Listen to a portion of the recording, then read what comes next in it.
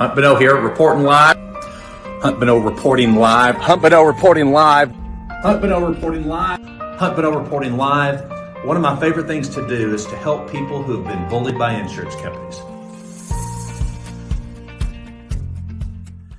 This is Hunt Bonneau reporting live from my kitchen.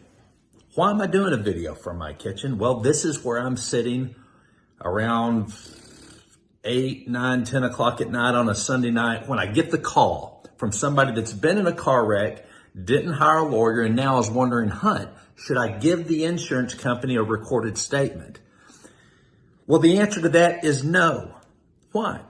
Recorded statements are designed by insurance companies to trip you up. They are done by professionals who have been trained to ask questions that are going to trip you up. And then the recorded statement itself will be used against you.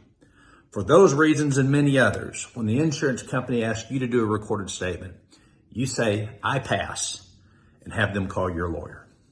For Hunt Bonneau and the Bonneau Law Firm, be safe out there.